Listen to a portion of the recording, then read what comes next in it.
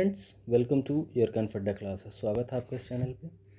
हम लोग अफ्रीका के जो इम्पोर्टेंट फैक्ट हैं ज्योग्राफी मैपिंग के पर्सपेक्टिव से उसको हम लोग लगातार कवर करते जा रहे हैं। उसमें ये अगला वीडियो है जिसमें आज हम अफ्रीका के 4 बहुत फेमस कोस्ट हैं, ठीक है, कोस्ट हैं उनका जो है, जब आप वर्ल्ड हिस्ट्री भी पढ़ेंगे, ख़ास करके जब अफ्रीका को जब मैप पे अफ्रीका महाद्वीप को मैप में कॉलोनी के तौर पे जब काट कर बांटा जाएगा, इसीलिए यहाँ पर आप देख रहे हैं कि ये जो इनके क्या है, जैसे कि ये जो कंट्री वाइज जो सीमा है ये देखिए एकदम फ्लैट और स्ट्रेट है। तो ये किस तरीके से हुआ? ऐसी नेचुरल सीमा तो किसी की होती नहीं है। उसी तरीके से यहाँ पे 4 बहुत फेमस रहे हैं, वो एक तरीके की उपनिवेश भी जिन्हें कहा जा सकता है। तो उनको जो है हम लोग इसमें देखेंगे। तो चलिए देख लेते हैं। पहला हमारा जो है वो है आइवरी कोस्ट, ठीक है, आइवरी कोस्ट। तो आइवरी कोस्ट में तो आइवरी कोस्ट आ जाएगा। आइवरी आप जानते ही हैं, आइवरी किसे बोलते हैं? तो हाथी दांत जो होता है, हाथी दांत को ही आइवरी कहा जाता है। तो ये अपनी आइवरी के लिए जो है बहुत ज़्यादा फेमस रहा है यूरोप वगैरह में। तो आइवरी कोस्ट जो है कहाँ पे है? ये गिनी की खाड़ी पे ही अवस्थित है, आइवरी कोस्ट देश में। दूसरा जो बहुत फेमस कोस्ट रहा है वो है जिसे बोलते हैं ग्रेन कोस्ट। क्या बोलते हैं? Grain coast. यहाँ पे मैं लिख दे रहा हूँ, ग्रेन कोस्ट या खाद्यान्न तट कोस्ट। तो उसमें ये 2 देश आते हैं, सियरा लियोन और लाइबेरिया।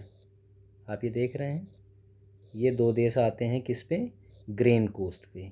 तो इनका कभी कभी पेपर में जो है क्रम पूछ लेता है कि पश्चिम से पूर्व का क्रम, ठीक है। तो याद रखिएगा, सियरा लियोन, फिर लाइबेरिया, फिर आइवरी कोस्ट, ये सब इनका क्रम बनता है। अब उसके बाद आता है जिसे बोलते हैं गोल्ड कोस्ट। गोल्ड कोस्ट सोने का तट जिसे भी बोल सकते हैं, स्वर्ण तट भी बोल सकते हैं। तो घाना अपने जो है स्वर्ण जो निक्षेपों के लिए बहुत ज़्यादा फेमस रहा है। यहाँ पर से बहुत ज़्यादा उत्खनन किया गया था और सोना काफ़ी प्राप्त भी हुआ यहाँ पर। तो घाना किस चीज़ के लिए बोलते हैं? इसको बोलते हैं गोल्ड कोस्ट, ठीक है, गोल्ड कोस्ट। ये हो गया आपकी आइवरी है, ठीक है, आइवरी कोस्ट। और ये क्या बन गया? ग्रेन में कौन से आएंगे? लाइबेरिया और सियरा लियोन आएंगे। घाना जो कि एक गोल्ड कोस्ट है, ठीक। तो आपके 3 क्लियर हो गए हैं। GIG इससे भी जो है आप एक ट्रिक बना सकते हैं, वेस्ट टू ईस्ट में, ठीक है।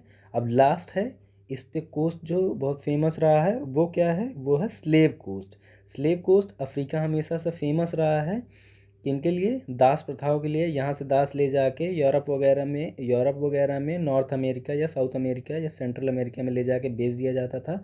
उनसे अमानवीय कार्य वगैरह भी कराए जाते थे। तो वो कहाँ से लिए जाते थे? इसके लिए 2 से 3 देश बहुत फेमस थे जिनका नाम ही रख दिया गया था स्लेव कोस्ट, या दास तट भी नाम रख दिया गया था। मैं इंग्लिश में यहाँ पे लिख दे रहा हूँ, उसको स्लेव कोस्ट बोलते हैं। आई होप कि आपको ये समझ में आ रहा होगा कि मैं यहाँ पे क्या कहना चाहता हूँ। ये अपनी इन स्पेशलिटी के लिए कभी फेमस हुआ करते थे, ठीक है। ग्रेन के लिए फेमस हुआ करते थे, बहुत ज़्यादा खाद्यान्न यहाँ पे उपलब्धता होती थी। कहाँ पे? सियरा लियोन और लाइबेरिया में। आइवरी के लिए आइवरी कोस्ट फेमस था। घाना गोल्ड के लिए फेमस था। अब हम लोग देख रहे हैं स्लेव कोस्ट जो कि दासों के लिए बहुत फेमस था। तो उसमें कौन कौन से आएगा? उसमें आ जाएगा आपका टोगो। ये देखिए टोगो आ जा रहा है, बेनिन और नाइजीरिया, ठीक है। ये नाइजीरिया जो कंट्री है, नाइजीरिया, ठीक, नाइजीरिया। तो ये जो कंट्रीज़ हैं ये बहुत ज़्यादा किसके लिए फेमस थी, या यहाँ पे जो सबसे ज़्यादा जो ट्रेड एक्टिविटी होती थी किसकी? दास लोगों की होती थी, दास।